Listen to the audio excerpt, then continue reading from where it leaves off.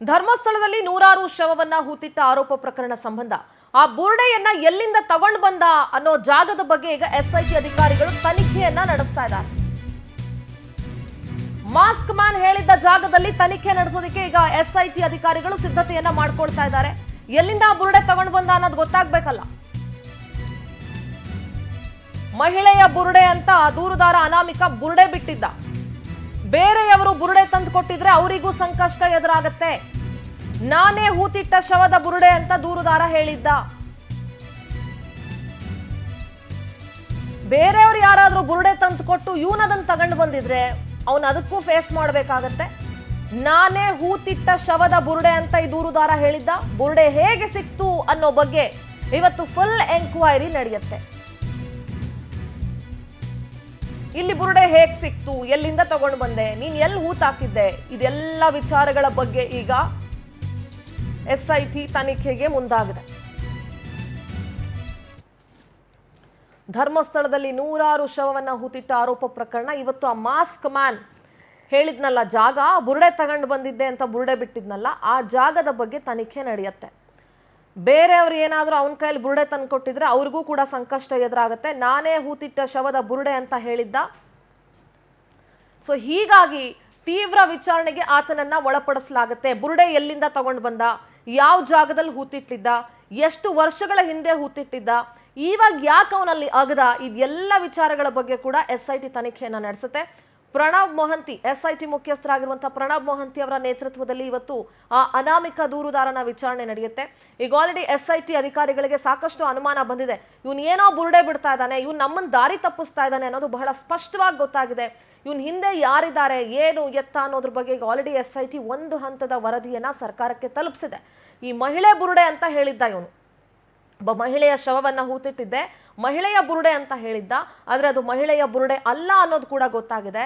ಬೇರೆಯವ್ರು ಏನಾದ್ರೂ ಇವನ್ ಕೈಲಿ ತಂದು ಕೊಟ್ಟು ಇವನೇನಾದ್ರೂ ಅದನ್ನ ತಗೊಂಡು ಬಂದಿದ್ರೆ ಅದನ್ನ ಕೂಡ ಇವನ್ ಫೇಸ್ ಮಾಡ್ಬೇಕಾಗತ್ತೆ. ಈ ಬುರುಡೆ ಸಿಕ್ಕ ಜಾಗದ ಬಗ್ಗೆ ಮಾತ್ರ ಇಲ್ಲಿವರೆಗೂ ಅವನು ಬಾಯ್ ಬಿಟ್ಟಿಲ್ಲ, ಬೇರೆಲ್ಲ ವಿಚಾರಗಳನ್ನ ಬಾಯ್ ಬಿಟ್ಟಿದ್ದಾನೆ. ನಾನು ತಮಿಳ್ನಾಡಿನಲ್ಲಿದ್ದೆ, 2014 ಆದ್ಮೇಲೆ ನಾನು ತಮಿಳ್ನಾಡಿಗೆ ಹೋಗಿದ್ದೆ, 2023ರಲ್ಲಿ ಒಂದು ಟೀಮ್ ಬಂದು ನನ್ನನ್ನು ಸಂಪರ್ಕ ಮಾಡಿದ್ರು ಅನ್ನೋ ಎಲ್ಲ ಕಥೆಗಳನ್ನ ಹೇಳಿರುವಂತಹ ಈ ಅನಾಮಿಕ ಇಲ್ಲಿವರೆಗೂ ಆ ಬುರುಡೆ ಸಿಕ್ಕ ಜಾಗದ ಬಗ್ಗೆ ಮಾತ್ರ ಬಾಯ್ ಬಿಟ್ಟಿಲ್ಲ.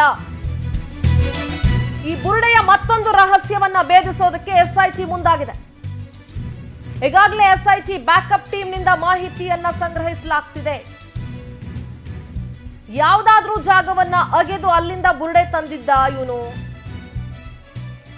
ಅಥವಾ ಅಚಾನಕ್ ಆಗಿ ಇವರಿಗೆ ಬುರುಡೆ ಸಿಕ್ಕಿದ್ಯಾ? ನಿನ್ನೆಯ ವಿಚಾರಣೆ ವೇಳೆ ಏನನ್ನೂ ಕೂಡ ಇವನು ಬಾಯ್ ಬಿಟ್ಟಿಲ್ಲ. ಬುರುಡೆ ಸಿಕ್ಕ ಮತ್ತು ಅದನ್ನ ತಗೊಂಡ್ಬಂದಿದ್ದ ಜಾಗದ ಬಗ್ಗೆ ಇವತ್ತು ವಿಚಾರಣೆ ಆಗುತ್ತೆ. ಯಾಕೆಂದ್ರೆ ಬುರುಡೆ ಎಲ್ಲಿಂದ ತಗೊಂಡು ಬಂದ ಅಂತ ಇವನು ಹೇಳಬೇಕಲ್ಲ. ನಾನೇ ಹೂತಿಟ್ಟಿದ್ದ ಜಾಗ ಅಂದಮೇಲೆ ಅದು ಯಾವ ಜಾಗ ಅಂತ ಇವನು ಹೇಳಬೇಕಲ್ಲ ಎಸ್ಐಟಿ ಅಧಿಕಾರಿಗಳ ಮುಂದೆ. ನೂರಾರು ಶವ ಹೂತಿಟ್ಟಿರೋನ್ಗೆ ಈ ಬುರುಡೆ ಎಲ್ಲಿ ಹೂತಿಟ್ಟಿದ್ದ ಅನ್ನೋದು ಗೊತ್ತಿರಬೇಕಲ್ಲ. ಈ ಬುರುಡೆ ಎಲ್ಲಿಂದ ತಗೊಂಡು ಬಂದ, ಯಾವ ಜಾಗದಿಂದ ತಂದ, ಇದೆಲ್ಲವನ್ನ ಎಸ್ಐಟಿ ಕೆದಕ್ತಾ ಇದೆ. ನಮ್ಮ ಪ್ರತಿನಿಧಿ ರೂಪೇಶ್ ಧರ್ಮಸ್ಥಳದಿಂದ ನೇರ ಸಂಪರ್ಕದಲ್ಲಿ ಜಾಯ್ನ್ ಆಗ್ತಿದ್ದಾರೆ. ರೂಪೇಶ್, ಈ ಬುರುಡೆಯ ಮತ್ತೊಂದು ರಹಸ್ಯವನ್ನ ಬಗೆಯೋದಕ್ಕೆ ಇವಾಗ ಎಸ್ಐಟಿ ಅಧಿಕಾರಿಗಳು ಮುಂದಾಗಿದ್ದಾರೆ. ಯಾಕಂದ್ರೆ ನೇರವಾಗಿ ಬುರುಡೆ ತಗೊಂಡು ಬಂದು ಇವನು 164 ಸ್ಟೇಟ್ಮೆಂಟ್ ಮಾಡಿ ಕಂಪ್ಲೇಂಟ್ ಮಾಡಿ 17 ಜಾಗಗಳನ್ನ ಅಗಸದ ಮೇಲೆ ಈ ಒಂದು ತಗೊಂಡು ಬಂದಿದ್ನಲ್ಲ ಬುರುಡೆ, ಮಹಿಳೆಯ ಬುರುಡೆ ಅಂತ ಏನ್ ಹೇಳ್ತಾ ಇದ್ದ, ಆ ಬುರುಡೆ ಎಲ್ಲಿಂದ ಸಿಕ್ತು, ಎಲ್ಲಿಂದ ತಗೊಂಡು ಬಂದ ಅನ್ನೋದ್ರ ಬಗ್ಗೆ ಈಗ ತನಿಖೆ ನಡೆಸೋದಕ್ಕೆ ಎಸ್ಐಟಿ ಮುಂದಾಗಿದೆ. ಸದ್ಯ ಧರ್ಮಸ್ಥಳದಲ್ಲಿ ಈ ವಿಚಾರ ಬಗ್ಗೆ ಏನೆಲ್ಲ ಡೆವಲಪ್ಮೆಂಟ್ಸ್ ಆಗ್ತಾ ಇದೆ ರೂಪೇಶ್? ಸಿಂಧೂರು, ನಿಜಕ್ಕೂ ಕೂಡ ಯಾಕಂತ ಹೇಳಿದ್ರೆ ಸದ್ಯಕ್ಕೆ ಇರ್ತಕ್ಕಂಥ ಪ್ರಶ್ನೆ ಅಂತ ಹೇಳಿದ್ರೆ ದೂರುದಾರ, ಮೊದಲೇದಾಗಿ ದೂರುದಾರ ಇಲ್ಲಿ ಸ್ಪಷ್ಟವಾಗಿ ಹೇಳ್ತಾನೆ, ತಲೆಬುರುಡೆಯನ್ನು ತೆಗೆದುಕೊಂಡು ಬಂದು ಎಸ್ಐಟಿ ಮುಂದೆ ಬರ್ತಾನೆ. ಆ ಸಂದರ್ಭದಲ್ಲಿ ಎಲ್ಲರಿಗೂ ಕೂಡ ಶಾಕ್ ಆಗುತ್ತೆ. ಆತ ಹೇಳೋ ಪ್ರಕಾರವಾಗಿ 24 ವರ್ಷದ ಮಹಿಳೆ, ನೀವು ಏಜನ್ನು ಕೂಡ ಕನ್ಸಿಡರ್ ಮಾಡಬೇಕು, 24 ವರ್ಷದ ಮಹಿಳೆ ಅಂತೇಳಿ ಸ್ಪಷ್ಟವಾಗಿ ಹೇಳ್ತಾರೆ. ಆ ಸಂದರ್ಭದಲ್ಲಿ ಎಸ್ಐಟಿ ಕೂಡ ಶಾಕ್ ಆಗುತ್ತೆ, ಈ ರೀತಿಯಾಗಿರ್ಬೋದು ಅಂತೇಳಿ. ಅದಾದ ಬಳಿಕವಾಗಿ ಒಂದಿಷ್ಟು ಚರ್ಚೆಗಳು ಶುರುವಾಗುತ್ತೆ, ತಲೆಬುರುಡೆ ಎಲ್ಲಿಂದ ಬಂತು ಅಂತ ಹೇಳಿ. ಯಾಕಂತ ಹೇಳಿದ್ರೆ ಆ ಸ್ಥಳದ ಹಾಜರಾಗಬೇಕಾಗತ್ತೆ. ಒಂದು ಕಡೆ ಏನಾದರೂ ಶವ ಸಂಸ್ಕಾರ ಆಯಿತು ಅಂತ ಹೇಳಿದ್ರಾಗಿ ಮತ್ತೆ ಯಾರೂ ಕೂಡ ಅದನ್ನು ಅಗಿಯುವಂಥ ರೈಟ್ಸ್ ಇರೋದಿಲ್ಲ. ಅದು ಕಾನೂನಿನ ಮೊರೆ ಹೋಗಬೇಕು, ಕೋರ್ಟ್ನ ಮೊರೆ ಹೋಗಬೇಕು, ತಹಶೀಲ್ದಾರರ ಅನುಮತಿ ಕೊಡಬೇಕು, ಸಾಕಷ್ಟು ದೊಡ್ಡ ಪ್ರೊಸೀಜರ್ ಇರುತ್ತೆ. ಒಮ್ಮೆ ಭೂಮಿಗೆ ಹಾಕಿದ ಮೇಲೆ, ಆದರೆ ಶವ ಸಂಸ್ಕಾರ ಮಾಡಿದ ಮೇಲೆ ಹಾಕಿದ ಮೇಲೆ ಮತ್ತೆ ತೆಗಿಲಿಕ್ಕೆ ಅವಕಾಶ ಇರೋದಿಲ್ಲ. ಆದರೆ ಈಗ ಹೇಗೆ ತೆಗೆದುಕೊಂಡು ನಾನೇ ಶವ ಸಂಸ್ಕಾರ ಮಾಡಿದ್ದೆ ಅಂತೇಳಿ ಮೊದಲು ಹೇಳ್ದ. ಅದಾದ ಬಳಿಕ ಒಂದಿಷ್ಟು ಕನ್ಫ್ಯೂಷನ್ಗಳಿತ್ತು. ಇದ್ರ ಬಗ್ಗೆ ತನಿಖೆ ಆಗಬೇಕು ಅಂತೇಳಿ ಆಗ್ರಹಗಳು ಸಾಕಷ್ಟು ಕೇಳಿ ಬರ್ತವೆ. ಸದನದಲ್ಲಿ ಕೂಡ ಇದೇ ವಿಚಾರ ಪ್ರಸ್ತಾಪ ಬಂತು. ಇದೀಗ ಎಸ್ಐಟಿ ಈ ಆಂಗಲ್ ಅಲ್ಲೇ ತನಿಖೆ ಮಾಡಲಿಕ್ಕೆ ಮುಂದಾಗಿದೆ. ಯಾಕಂತ ಹೇಳಿದ್ರೆ ಒಂದನೇದಾಗಿ ಆತನಿಗೆ ಬುರುಡೆ, ತಲೆಬುರುಡೆ ಎಲ್ಲಿಂದ ಸಿಕ್ತು, ಎಲ್ಲಿಂದ ಎಲ್ಲಿಂದ ತಂದ ಅನ್ನುವಂಥ ವಿಚಾರ ಇಂದು ಕೂಡ ಬಾಯ್ಬಿಟ್ಟಿರಲಿಲ್ಲ. ಹೀಗಾಗಿ ಈ ವಿಚಾರವನ್ನೇ ಇಟ್ಟುಕೊಂಡು ತನಿಖೆ ಮಾಡಲಿಕ್ಕೆ SIT ನಿರ್ಧಾರ ಮಾಡಿಕೊಂಡಿದೆ. ಇದಕ್ಕೆ ಸಂಬಂಧಪಟ್ಟಂತೆ ಒಂದಿಷ್ಟು ಸ್ಪಷ್ಟವಾಗಿರ್ತಕ್ಕಂಥ ಮಾಹಿತಿಗಳನ್ನ ಆತರಿಂದ ಪಡ್ಕೊಳ್ಬೇಕು. ಯಾಕಂದ್ರೆ ಇಷ್ಟುವರೆಗೆ ಊಹಾಪೋಹಗಳಾಯಿತು, ಒಂದಿಷ್ಟು ಅಲ್ಲಿ ಸಿಕ್ತು ಇಲ್ಲಿ ಸಿಕ್ತು ಅಂತ ಆಯಿತು.